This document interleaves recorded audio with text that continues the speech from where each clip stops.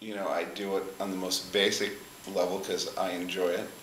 I like sort of, the combination of bringing, sort of embellishing the world and embellishing environment, but more importantly, sort of bringing ideas forward that kind of reflect contemporary culture, that look back at history, which is part of contemporary culture, through visual language. So in that case, it's not like who can draw the flower that looks the best. It's about the humanity of mark making and the humanity of expressions. And I get interested in minimal art, and I get interested in gestural expression, and I get interested in kind of things that are transient, things that are permanent. So I think my interests are really multicultural, multi-historic, multimedia, and the layering of that.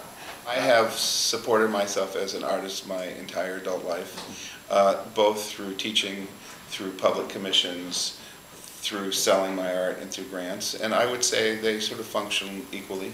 I mean, my goal would be public commissions and having my work placed in museums where it's free for people to see.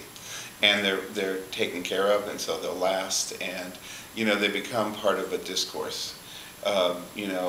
A visual discourse first, which then sort of, rolls into a broader discourse of culture and society. So I think I think it has an important role. It's not just decorative, and I think the act of creativity is enormously critical to society. I was recently invited to be a presenter at the Innovation Unconference, and they had 800 basically high-tech people, entrepreneurs, scientists, inventors, and I think they were interested in how do you think outside of the box? How do you think in a different way? And using this process that I had done through art and in my studio as a model. And I've had people in business, executives who run major corporations, who are interested in creativity, and how do they get their executives to move, either the old ones who don't want to change or the young ones who are afraid to change, how do they get them to be open and change? And so